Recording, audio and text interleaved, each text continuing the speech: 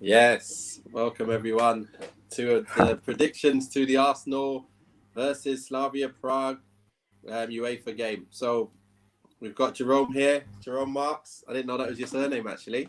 But I'm your host, Nathan Ellington. What's up? And that's it. Jerome, you are actually going to be taking over from me because you are the Arsenal boy. And I just want to get your match predictions for, obviously, first of all, the team sheet. What do you think of the starting lineup? And how do you think it'll go? Oh, firstly, mate, I'm nervous. I'm nervous for this one. A lot of people are underestimating this team, but people might not know that the players that signed for West Ham. So they're right back Kufal and Souček. This is the team that they joined from. They signed from Slavia Prague. So like you and Steve were saying before, they're a decent team. They knocked out Glasgow Rangers in the last round. Before that, they knocked out Leicester as well. They beat Leicester. Yeah, they're decent. And no joke. And Nathan, the way Arsenal have been playing recently, it's so up and down. If Arsenal don't play well today, they're not going to get a result. Arsenal need to play well. So I'm not very optimistic because even at home, if there was a crowd there, then maybe that'd be a bit different. But obviously the big news with the all right, Steve. The big team news is obviously Aubameyang. Right, Steve. Hi, Steve. Jerome's just going through his predictions. Go on. Steve. I was saying I'm not very optimistic for tonight. No. But just based on how Arsenal have been playing, it's I wouldn't say it's a makeshift back four, but it's not first choice. And obviously, like I was saying, the big news is he's dropped his captain and his main guy. I know he hasn't played well, but that's a big statement to make to drop Aubameyang. What's he done? What's he done now? Well, it's just his performances haven't been great, but the last couple of games he's played on the wing, and I'm sure I've probably said it before. I don't like him playing there. Yeah, he's a striker, isn't he? So play up front. Yeah, other proper wingers playing their position, and that's really it, isn't it? Yeah. So I think, like Steve said, I think it'll be very tight. I think it could be like a 1-1 draw, something like that. But yeah, I think you guys will nick it 2-1. I'm telling you. You've gone defensive as well, so you've got more. You've shored it up. You're doing the McTominay as well. So I think you guys will shore it up at the back and nick a couple goals. You're surely not that good defensively. Nah, we're missing Odegaard as well. He's been a big player for us. Also, Saka's just coming back from injury. Smith Rowe's just coming back from injury. I hope they're fully fit. 'Cause if they're not fully fit and they break down again, they could be out for the rest of the season. So he's under a lot of pressure tonight. The manager, it's a massive game. They can't afford to slip up here. Especially that you're on course to play us if we could get through as well. That's the dream, isn't it? That's the dream. Is it the dream? Is it really the dream? It's not the dream. It's the dream. I'm sure we'd rather have each other in the final. It is the dream. It is in the final. What people got to realise in the final. These are no mugs. This is a very, very good side Arsenal are playing tonight. Yeah. And not only are they a very good side, what's worrying for Arsenal and Arsenal fans watching tonight is that they're a very good side on form. They haven't been beaten in 21 games now. And that's Rangers. And that's some guy. The last time we played, and we were saying earlier, was against in 2007 and 2008, and we beat them 7-0. And that was a day when Walcott and Fabregas scored, people were looking back on that score, That's not going to happen tonight, people. But it was going to be tough, really tough. Yeah. I think it'll be a tough game. They've got a few players in their team that can be dangerous. A couple that we were even linked to, I think. Simmer is one that's caused a bit of trouble. Abdullah Simmer is one that's caused a lot of trouble previously in previous rounds. And I think West Ham got their right back from Slavia Prague as well. And Souček. And Souček. So like as Steve's saying, this team's no mugs, and I actually worry that Arsenal go in complacent against these sort of teams. I think when it comes to the bigger games, I think they're probably more up for it, bar the Liverpool game, because it seems like they just went on their backs against Liverpool and just gave in before it even started. But when it seems to be we're up against a tougher team, we seem to be up for it a bit more. But it's these teams that I worry about, the teams where we think we could just stroll past, and they're not gonna take this game lightly. They're gonna be going for it because they want to take this scalp. They already got a 0-0 at home against Leicester, and then a 2-0 win away from home against Leicester as well. And that's when Leicester were on pretty decent form. So with a tough one. Yeah, I think if the players aren't up for it, like sometimes the last few games, sometimes the players don't look like they've put in like effort, and sometimes people have questioned like the manager saying he's not getting them up for the games. In this type of game, every player knows what's on the line. Like they don't. I think if they're not up for it, you can't blame the manager. Like the players know what it's all on the players now. Like. Yeah, I see.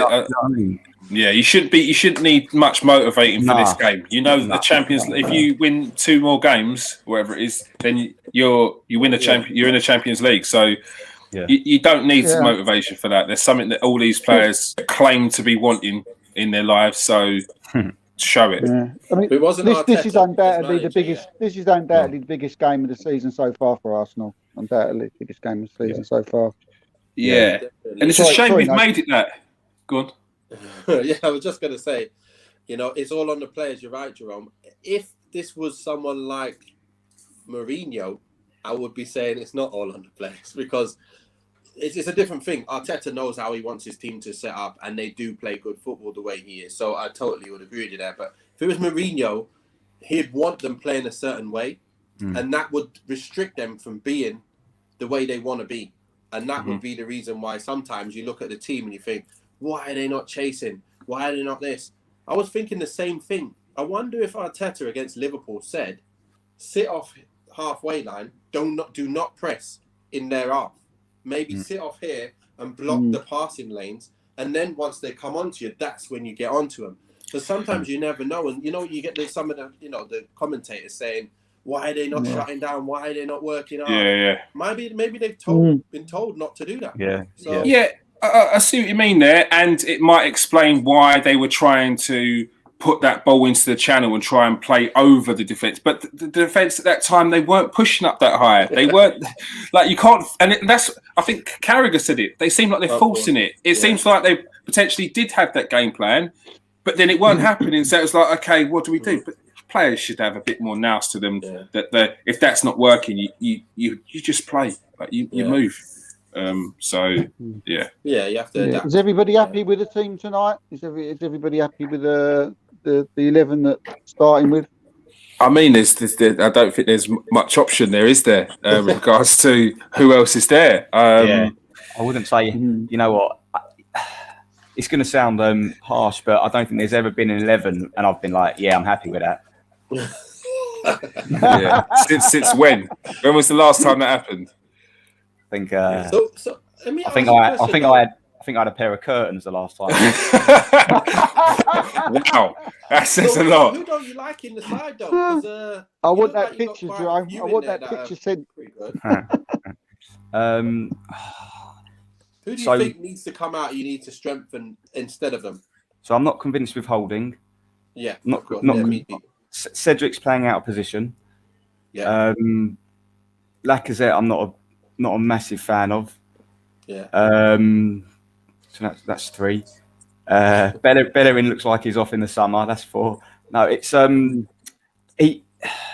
he's limited. He is limited, the manager, with his. He hasn't got like, loads of riches to choose from. Yeah. But just dropping Aubameyang is massive. Honestly, that is such a big deal. All right.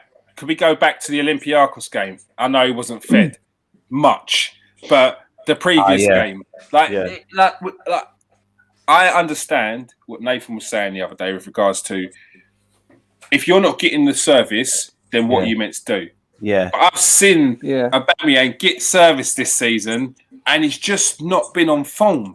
Yeah. Now, we can say that it's not really fair on him because one game he might get a few chances and get on the ball, and the next game he's getting nothing. But that's the life of the striker. One game I might get peppered in goal, and the next game I've got nothing to do to the 89th minute, but I've got to make sure I'm concentrating. If you're not switched on, then them times when you've got to be that clinical striker, then you're not going to do it. Like I can't keep making excuses for someone who is on their day world class, who over the past 3 seasons has been world class with his finishing, movement, and whatnot. I can't not be picky with things that he's not doing now, which I see him doing in previous seasons with the same manager and the same tactics. Yeah. So I got a question for Nathan. I got a question for Nathan actually. Nathan, when you were, I know, different situation. Nathan, when you were playing, do you ever remember like the captain of your team getting dropped? Like, would that ever happen, or not that I can remember? That I can remember, to be honest. Unless he's like an older player, and he's getting old.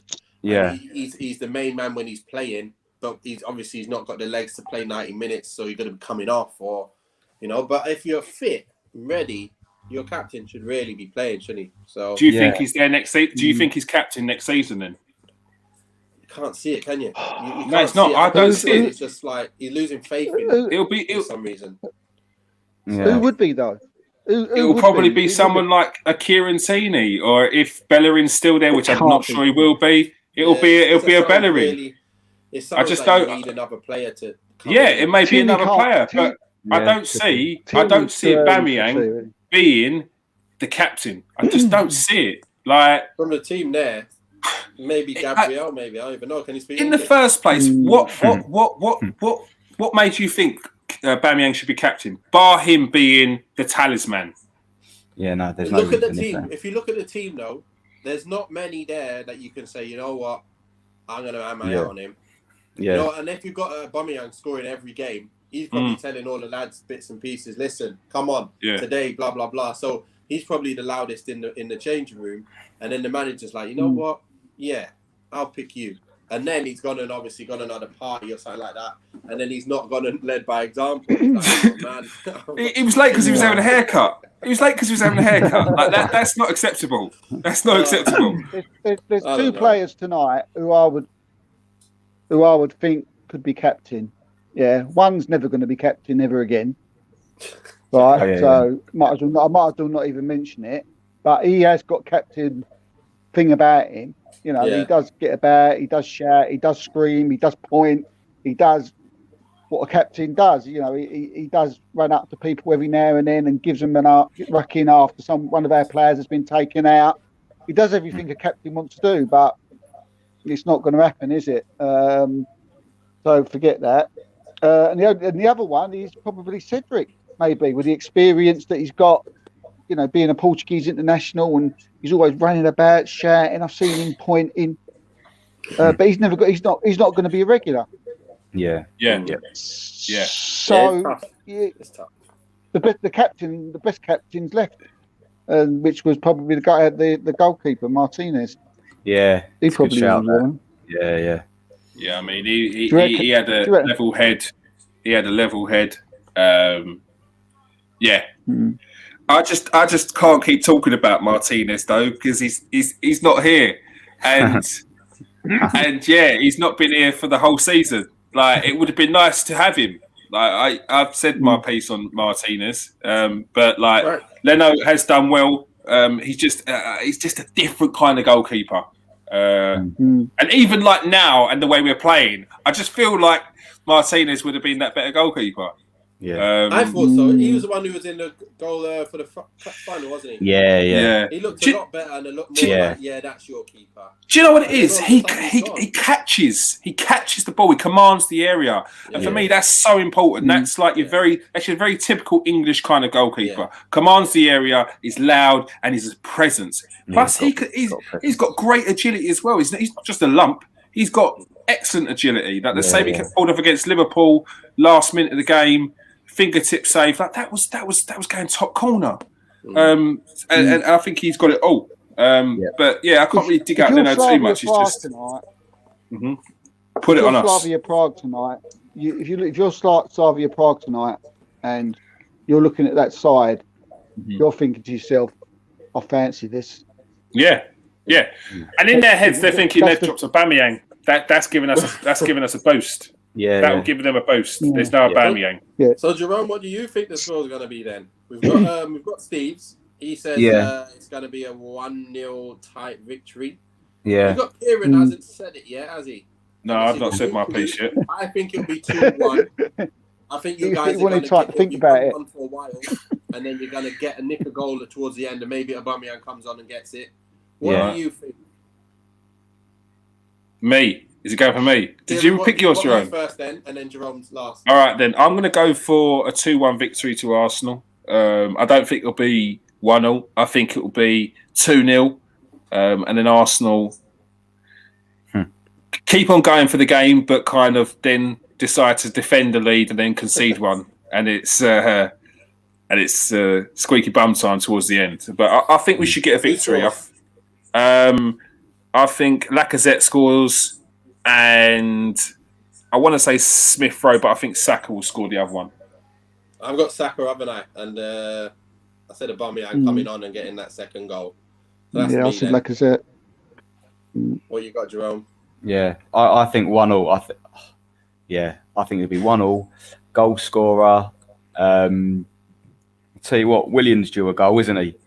Let's go. He is, and he hasn't played bad since. I mean, he's had a couple of off game-ish here, but he's done all right, man. I think credit where credit's due. I think people need to put down their rose-tinted glasses for certain players and their hate glasses for others. And when a player plays well, just give him credit. And when he's had a bad game, don't just ignore the fact that he's had a bad game and then try and dig out someone else. It's kind of.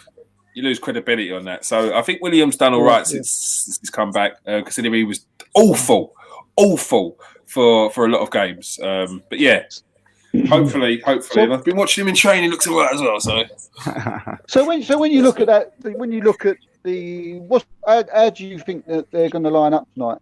How do you think they're going to? Do you think they're going to play just a normal 4? Looks like 2 in the middle. Like a diamond shape. Who's going to come off the left there with that then? Have you got Xhaka being left? Well, William will come off in the middle.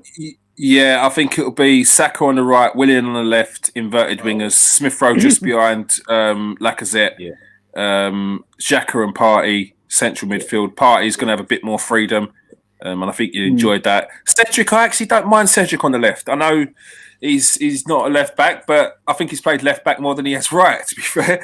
And when he has played left back, he's done all right. It remains to be seen in a game which is where it's one of them. When you play it once, it's like, that was fun. But when you've got to do it again and again and again and again and have consistency in that position, that's when you can see how good he is. But I think he should do all right. I don't know too much about their players, but I think their strongest players are in their central areas. So, I think we get a victory tonight. It's just the only thing I do ever worry about Arsenal is the complacency bit. Is it a bit much to say William out on the left, Saka out on the right, Lacazette down the middle with Smith Rowe sitting behind? Is that a bit too risky? I think that's what we'll do. Do you think is that what you think you do? Yeah, you think that's attacking, isn't it? Really, that's really attacking. Yeah, I like that. Worries me. I think that worries me. That worries me. No, it doesn't worry me that we're attacking. It would worry me if we were sitting off Slavia Prague. Like that would worry me, because it's like where does your mentality go from there? Yeah, how do you switch that on? Yeah. So I don't know, but I think it'll be a tough game, but I think we should win it. Yeah. And we've got 15 minutes till kickoff, so boom. Yeah. Exactly. Yeah. All right. Go get a cup of tea. So we've got our predictions in. Get your feet up, people. Get your cup of coffee, get your cup of tea, whatever you're drinking, herbal tea, whatever. Enjoy the game. We'll catch you after. And boom. Cool. Hi guys. Have In a bit.